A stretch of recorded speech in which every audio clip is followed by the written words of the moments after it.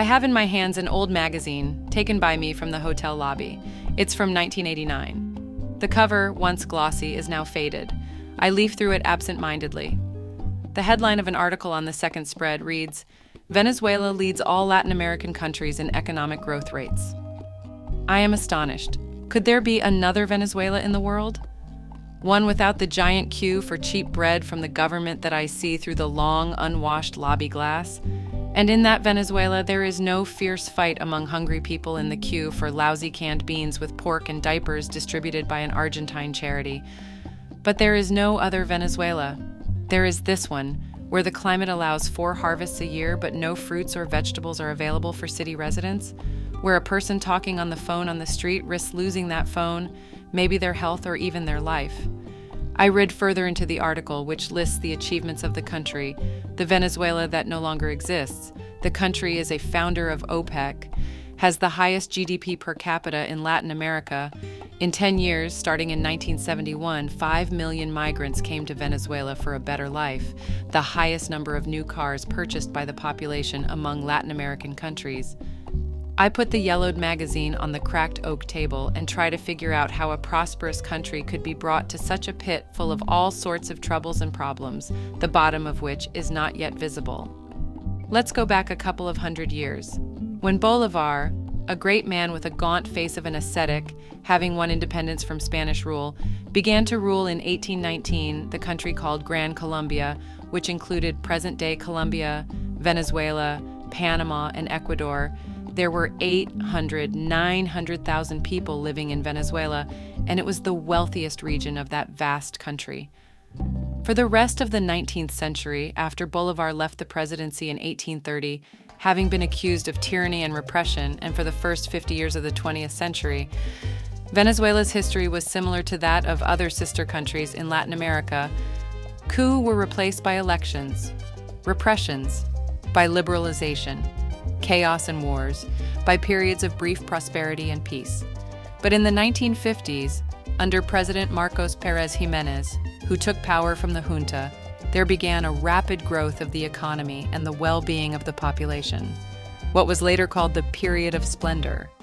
What all neighboring countries envied, whose residents, sometimes leaving all their property at home, crossed the border and, falling into the hands of Venezuelan immigration officials, awaited permission to stay, work, and get rich.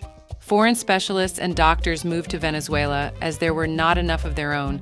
The country was predicted to have a great future, but the socioeconomic situation, which seemed cloudless and stable in 1975, had changed so much by 1989 that the country was on the brink of an abyss.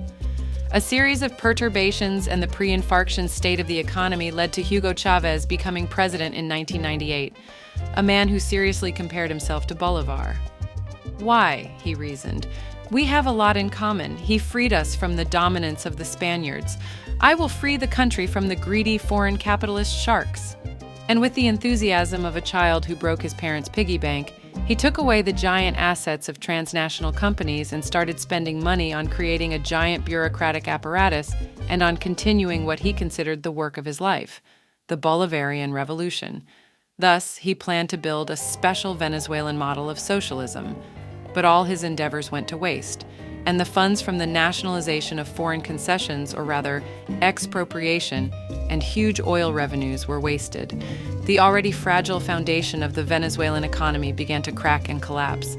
The Venezuelan economy began to suffocate and convulse, and he generously handed out money to all the regimes of Latin America that sympathized and shared his views. But it must be admitted that housing for the poor was built, roads were laid, and skyscrapers of mirrored glass grew in Caracas and Maracaibo. In the poor neighborhoods, the brutal Hugo was idolized, a man of the people. It was a fun, bright, and mesmerizing time.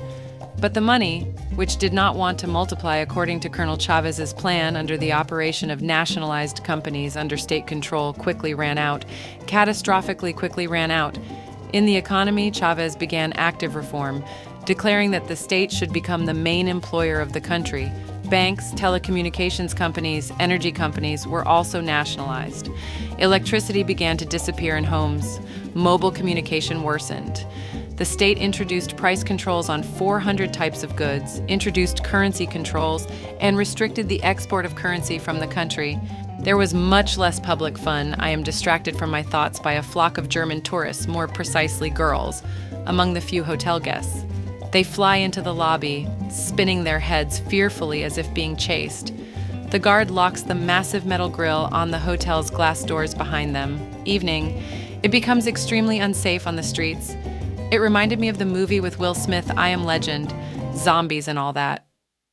Let's continue. In the 2007 referendum, Chavez, craving power for the third time, received an astonishing no from the people. The people understood the country was heading the wrong way.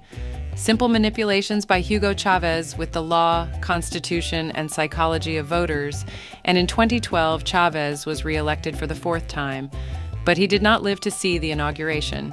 He died. The successor was the country's vice president, a former bus driver, Mr. Nicolas Maduro. Oil prices plummeted. Maduro turned on the printing press. Hyperinflation devoured the remnants of former prosperity. The salary received in the evening, which could buy 3 sacks of corn in the evening, did not guarantee that you could buy 1 sack in the morning. People already accustomed to the cataclysms of recent years became frightened.